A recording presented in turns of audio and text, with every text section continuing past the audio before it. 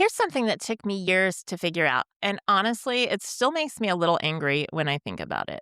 The foods that were keeping me stuck, tired, inflamed, holding on to weight no matter what I did, were not the foods you'd think.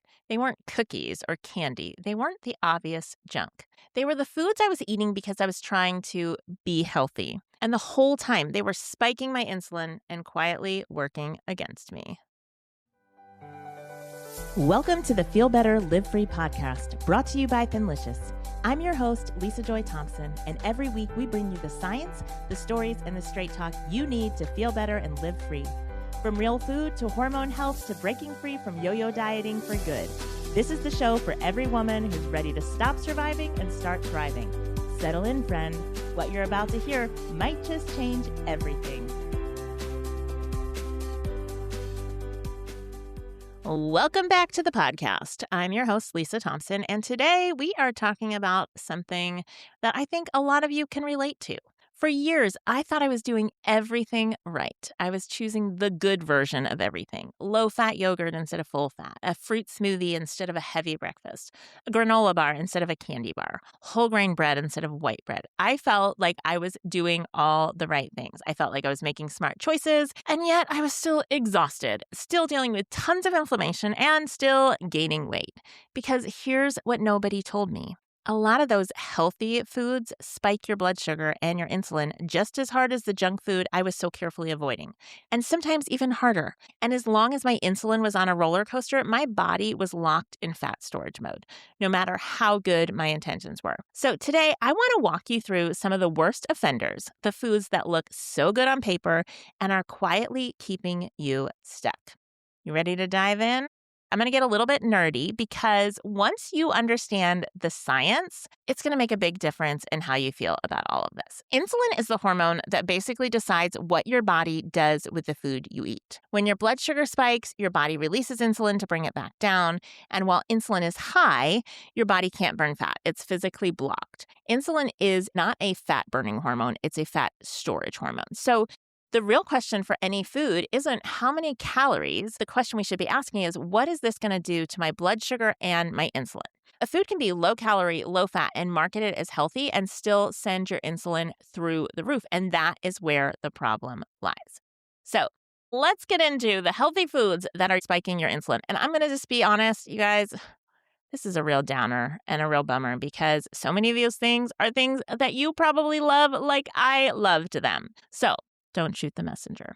All right, number one, flavored yogurt. Plain yogurt is great, but flavored yogurt, especially the low-fat and the fat-free kind, is often closer to dessert than to breakfast. And here's why this is kind of problematic. When companies take the fat out of these low-fat and fat-free yogurts, instead of fat, they put sugar in them because fat-free food tastes like cardboard. A single cup of flavored yogurt can have as much sugar as a candy bar. Honestly, read the label.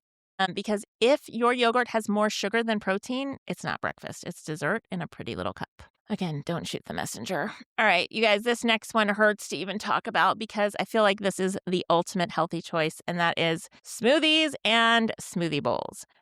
A typical smoothie is a giant glass of liquid sugar. Think about it. Bananas, mangoes, pineapples, fruit juice, honey, maybe some granola on top. You've basically just blended together a massive blood sugar bomb with nothing to slow it down.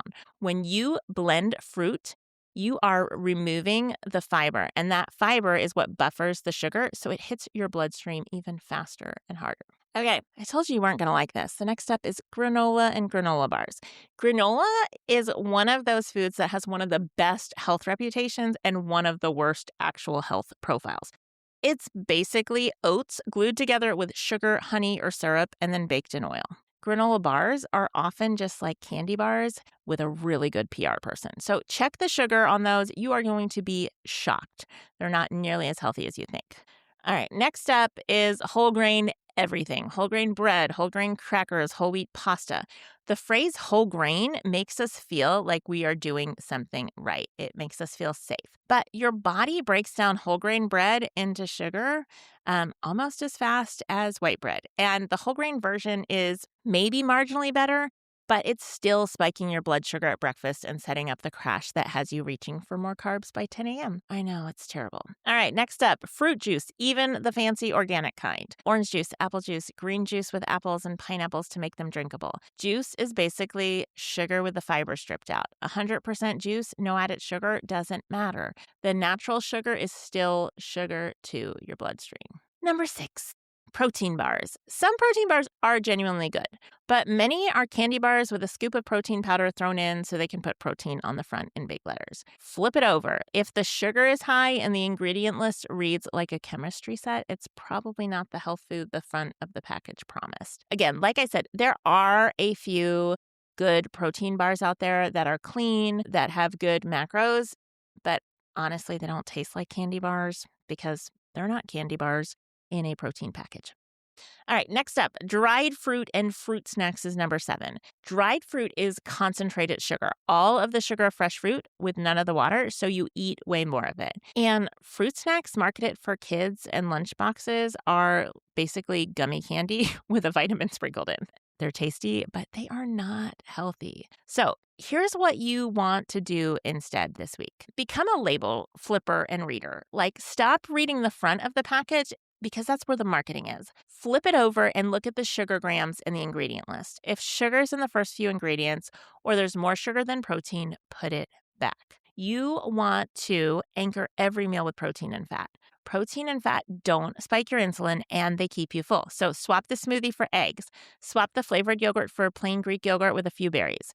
Swap the granola bar for a handful of nuts and some cheese. If you are going to eat fruit, eat it whole, not blended or dried. Whole fruit comes with fiber that slows the sugar down. So a whole apple is a completely different thing than apple juice or a smoothie.